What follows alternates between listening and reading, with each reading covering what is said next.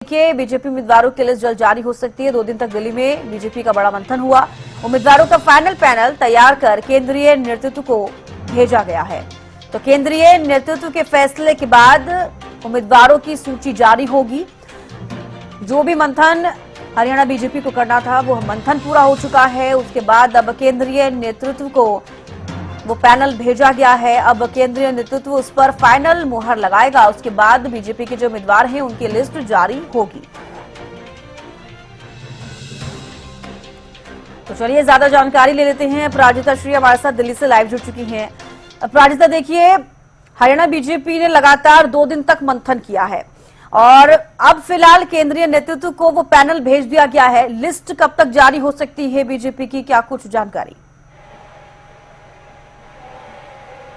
हाँ बिल्कुल, देखिए सविष्का, जिस तरीके से काफी लंबे जो घंटों की बैठक हुई थी, जिस तरीके से कल हमने देखा था करीब 7.5 घंटे की चुनाव समिति की बैठक हुई, जिसके बाद एक दिन पहले कोर ग्रुप की बैठक हुई थी, फिर चुनाव समिति की बैठक हुई थी, वो भी करीब रात 1 बजे तक चली थी वो बैठक। तो लगातार मंथन किया गया है भारतीय जनता पार्टी के द्वारा, यानी प्रदेश के स्तर पर आखिरी मोहर लिस्ट को लेकर के लगा दी गई है। वहीं अब बारी आती है शीर्ष नेतृत्व की। संभव है कि आज शाम तक लिस्ट जारी किया जा सकता है, यानी शीर्ष नेतृत्व जो भी फैसला लेते हुए नजर आएंगे। तो आज शाम तक संभवतः जो सूची है, जो इंतजार है, वो प्रत्याशियों को लेकर के समाप्त होती हुई नजर आएगी। जी बिल्कुल। अपराजिता, क्या कुछ फैक्टर्स हैं बीजेपी के और क्या कुछ फैक्टर्स को सोचते हुए इस बार बीजेपी ने अपनी जो लिस्ट है वो तैयार की है? देखिए, जरूरी हो जाता है सबसे पहले कि लिस्ट में उन नामों को शामिल किया जाए जो जिसकी जीतने की संभावनाएं सबसे ज्यादा हो, बहुत जरूरी हो जाता है। तो सबसे पहला फैक्टर हो जाता है कि जीतने की संभावना, यानी लोकप्रियता जिसकी सबसे ज्यादा हो। इसके अलावा चूंकि स्थानीय चुनाव है, तो जरूरी होता है कि जो उम्मीदवारों को मैदान में उतारा जाए वो अवगत हो स्थानीय मुद्दे से, लोगों यानी जो लोग हैं वो उनके पास जाकर के अपनी बातें रख सके। इस तरह का जो प्रभाव उस व्यक्ति का उस इलाके में हो, तो ये तमाम चीजें बहुत जरूरी हो जाती है। इन सभी चीजों को देखा जाएगा।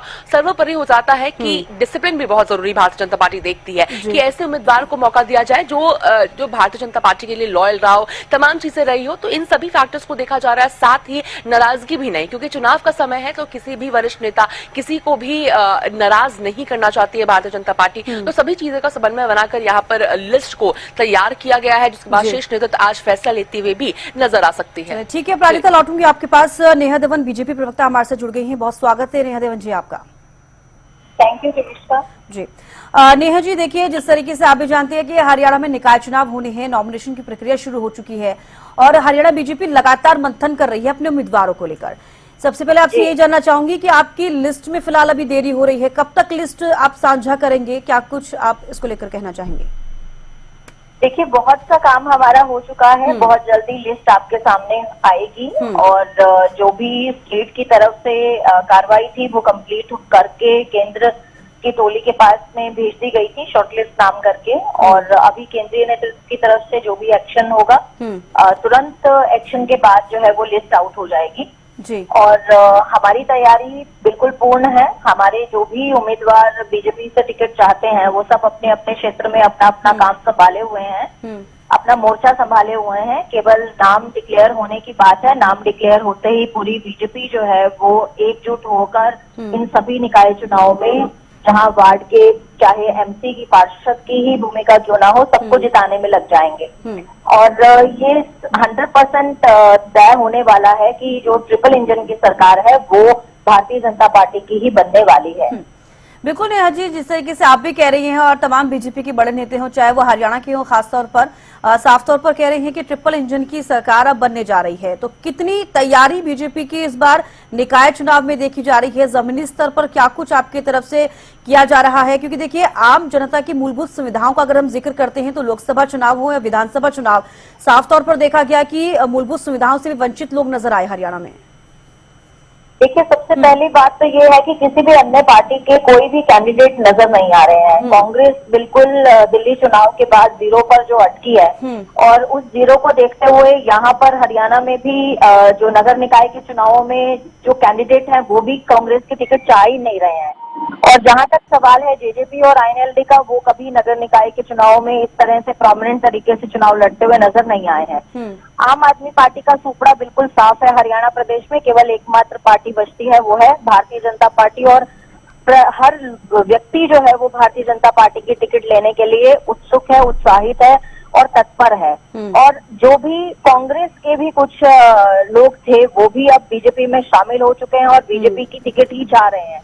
लेकिन सबसे महत्वपूर्ण बात यह है कि जैसे आपने कहा कि मूलभूत सुविधाओं को पहुंचाना जनता तक, आप भी जानते हैं कि ग्रामीण स्तर पर पंचायती राज और शहरी स्तर पर नगर निकाय, ये सबसे छोटी यूनिट है जहां पर प्रशासनिक अधिकारियों के साथ साथ जो राजनीतिक रिप्रेजेंटेटिव हैं वो मिलकर जनता के साथ जो केंद्र की योजनाएं हैं या फिर प्रांत की योजनाएं हैं उनको फलीभूत करते हैं और उसका सीधा डायरेक्ट इंटरेक्शन जो है वो जनता के साथ होता है। तो ये सबसे छोटी यूनिट है, इसलिए इस जगह पर ट्रिपल इंजन की सरकार होना बहुत जरूरी है, क्योंकि बहुत स्तर पर हमने देखा है कि जो विपक्ष के लोग होते हैं जब वो चुनकर आते हैं तो वो अपनी राजनीति विपक्ष की तरह से ही दिखाना चाहते हैं कि सरकार के अगेंस्ट ही चलते हैं कि हमें सरकार मदद नहीं कर ली।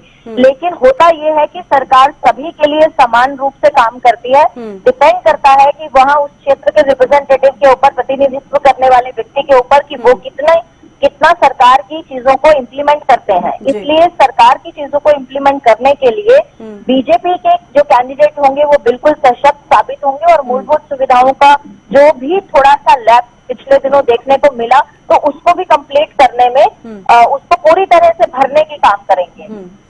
चलिए आपके पास लौटूंगी। नेहा जी, हमारे साथ मनीष खटाना भी जुड़ गए हैं, कांग्रेस प्रवक्ता हैं। बहुत स्वागत है मनीष जी आपका।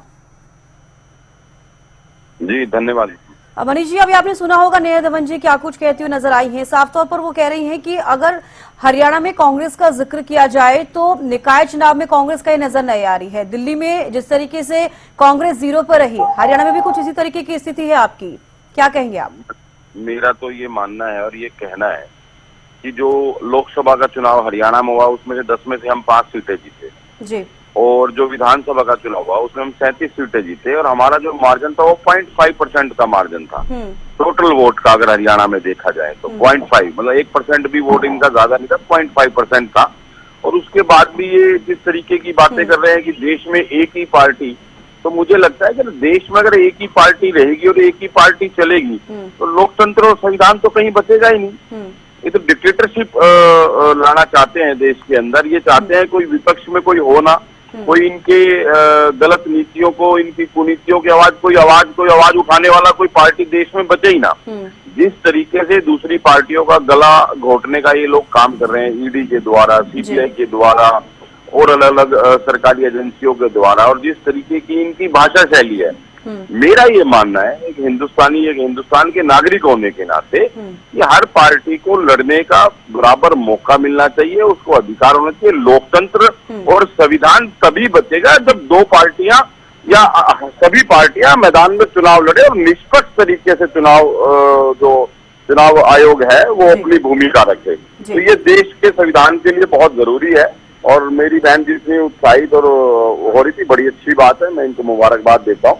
लेकिन कांग्रेस पार्टी का कार्यकर्ता लगातार 10 साल से हरियाणा के युवाओं की, किसानों की, बेरोजगारों की, मध्यम वर्गीय जितने भी परिवार हैं और जो छोटे छोटे हमारे जितने भी लघु उद्योग हैं जो इस सरकार में खत्म होने के कगार पर हैं, उनकी आवाज हम उठाते रहे हैं और उठाते रहेंगे। और जनता की जो मूलभूत सुविधाओं का जो चुनाव है, गुड़गांव नगर निगम की अगर बात करें तो चारों तरफ कूड़े के अंबार हैं, चारों तरफ। हरियाणा का सबसे महंगा नगर निगम है, सबसे अमीर नगर निगम है। 70% रेवेन्यू गुड़गांव देने के बाद पूरा गुड़गांव, आपका ऑफिस भी गुड़गांव में ही है। आप देखिए जाम की क्या स्थिति है, आप यातायात की स्थिति देखिए, ट्रैफिक लाइटों की स्थिति देखिए, कूड़े के अंबार देखिए, गुड़गांव का हॉस्पिटल देखिए, गुड़गांव का बस स्टैंड देखिए, गुड़गांव की मेट्रो देखिए 10 साल से खड़ी है। पता नहीं, ठीक है ये इनके लुभावने वायदे में जनता जरूर आ जाती है, जिस तरीके से लोगों को बांटने की राजनीति करते हैं जैसे अंग्रेज किया करते थे, बांटो और अपना फूट डालो और अपना जिस तरीके से उन्होंने राज करा वही इनका तरीका है। ये कहीं पर जाट नॉन जाट की राजनीति करते हैं, कहीं मराठा नॉन मराठा की करते हैं। तो जिस तरीके से अब निकाय चुनाव होंगे और आप भी पूरे दमखम के साथ उतरते हुए नजर आ रहे हैं। बीजेपी भी अब देखना होगा कि जनता क्या फैसला लेती है। लेकिन आपसे ये भी सवाल पूछना चाहूंगी कि लिस्ट को लेकर, उम्मीदवारों की लिस्ट को लेकर कांग्रेस क्या कुछ सोच रही है, क्योंकि मैनिफेस्टो को लेकर आपकी बैठक हो रही है, लेकिन अभी तक लिस्ट भी जारी नहीं की गई है। नॉमिनेशन की प्रक्रिया भी 11 फरवरी से शुरू हो गई है। कल हम अपनी लिस्ट जारी कर देंगे। तो कल आपकी लिस्ट जारी हो जाएगी? हाँ जी, बिल्कुल। चलिए ठीक है, आपके पास लौटूंगी। नेहा जी, देखिए अब मनीष जी भी कहते नजर आ रहे हैं कि कांग्रेस की लिस्ट कल जारी हो जाएगी, साफ तौर पर हरियाणा न्यूज पर उन्होंने कहा है। अब आपकी भी बारी है, क्या कुछ बीजेपी सोच रही है? क्योंकि जिस तरीके से पहले लगातार बीजेपी कहती नजर आ रही थी कि कल शाम तक लिस्ट सामने आ सकती है, लेकिन अभी तक लिस्ट सामने नहीं आई है, तो क्या लगता है नेहा जी, आप क्या कहना चाहेंगे इस लिस्ट को लेकर? हमारी तरफ से कविष्का जी कोई भी आधिकारिक रूप से ये सूचना नहीं आई थी बाहर की कल तक लिस्ट जारी हो जाएगी, क्योंकि आधिकारिक रूप से मुझे मालूम है कि हम सभी लोग। नेहा जी, देखिए राज्यसभा सांसद रामचंद्र जागरा से जब हरियाणा न्यूज ने खास बातचीत की थी, तब उस दौरान वो कहते नजर आए थे कि अध्यक्ष फैसला लेंगे, लेकिन आज शाम तक लिस्ट जारी हो सकती है, ये उनकी तरफ से कहा गया, इसलिए मैं ऑफिशियली उन्होंने कहा, इसलिए मैं आपको बता रही हूँ। ओके जी, ओके। देखिए, रामचंद्र जांगड़ा जी उस कोर कमेटी का सदस्य हैं और वो कोर कमेटी में शामिल थे, और मुझे लगता है कि उन्होंने इस बेसिस पर ये बात कह दी होगी कि लिस्ट हमने फाइनल करके जो है केंद्रीय नेतृत्व को सौंप दिया और वहां से डिसीजन जल्दी आ जाएगा। और हमें इसमें तो चुनाव तो लड़ना ही है और चुनाव सिर पे खड़ा है, तो लिस्ट को तो डिले करने का कोई औचित्य ही नहीं बनता है। मैं मनीष जी को एक बात कहना चाहूंगी कि हमने विपक्ष को खत्म नहीं किया है मनीष जी। जनता ने आपको नहीं चुना है, जनता ने आपको नकारा है। दिल्ली में 0 पर लाकर जनता ने खड़ा किया है, ना कि बीजेपी ने खड़ा किया है।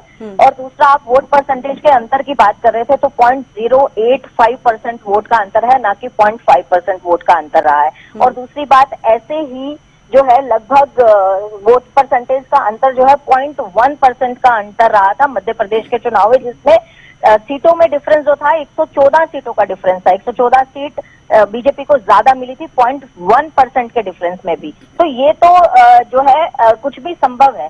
आप एक वोट से भी हारे हैं तो आप हारे हैं, ये लोकतंत्र का डिसीजन है। ये हमारे, आप इसको हार ही मानिए, इसको आप अपनी जीत मत मानिए। और दूसरी बात, विपक्ष खत्म करने का हमारा औचित्य कतई नहीं था, क्योंकि अटल बिहारी वाजपेयी जी विपक्ष में सबसे लंबे समय तक बैठे हैं और एक अच्छी विपक्ष की भूमिका कैसे निभाई जाती है ये बीजेपी से बेहतर कोई नहीं जान सकता, और ये बीजेपी ने निभा कर दिखाई है। इसलिए आपको भी एक अच्छे विपक्ष की भूमिका में रहना चाहिए। जब इंदिरा गांधी जी के समय पर साथ देने की बात थी तो अटल बिहारी वाजपेयी जी ने साथ दिया था, बीजेपी ने साथ दिया था उनका। लेकिन आज बात यहाँ तक आ गई है कि आप इतने तुष्टीकरण की राजनीति में चलते हैं कि आप किसी के व्यक्तित्व पर किसी के व्यक्तित्व पर लांछन लगाने से पीछे नहीं हटते। जिस तरह से आज प्रधानमंत्री की छवि पर कांग्रेस के छोटे मोटे छुटभइये नेता भी इतनी बड़ी बड़ी बातें सोशल मीडिया पर लिख देते हैं, ये संस्कार कांग्रेस पार्टी को पुरानी कांग्रेस पार्टी से सीख कर आने चाहिए, जो आज राहुल गांधी के नेतृत्व में आपको नजर नहीं आते हैं। तो मनीष जी, हमने आपका नेहा जी, देखिए मनीष जी ने तो अभी फोन कट कर दिया है, अभी वो तो अभी फोन लाइन पर नहीं है। आपकी जो भी बातें हैं अगर वो होती तो जरूर सुनते। चलिए नेहा जी, बेहद शुक्रिया आप हमारे साथ जुड़ी और बातचीत की। इंतजार है। कांग्रेस के प्रवक्ता जो है अपनी बात कहकर निकल जाते हैं, चाहे सुरेश रोड जी हो, कहकर बात फोन काट देते हैं, क्योंकि सुनने की शक्ति बची नहीं है। क्योंकि इन्हें मालूम है कि सिर्फ बोलना और सुनने में बहुत अंतर है, क्योंकि करनी और कथनी में अंतर है कांग्रेस की। ये हमेशा फोन काट कर चले जाते हैं, पिछले 5 दिन से यही हो रहा है। चलिए नेहा जी, अगर इस बार जुड़ेंगे तो जरूर उनसे ये सवाल भी पूछा जाएगा कि अपनी बात को जरूर पूरा करके जाना चाहिए था, हालांकि उनकी तरफ से फोन काट दिया गया। बेहद शुक्रिया नेहा जी, आप हमारे साथ जुड़ी और आपने बातचीत की। तो देखिए, अब बीजेपी की जो लिस्ट है उम्मीदवारों की, उसका इंतजार किया जा रहा है। कांग्रेस की लिस्ट का भी इंतजार किया जा रहा है, क्योंकि हरियाणा में निकाय चुनाव होने हैं और इसी को लेकर अभी मंथन कांग्रेस और बीजेपी दोनों का जारी है और फाइनल लिस्ट का इंतजार जो है अब वो किया जा रहा है।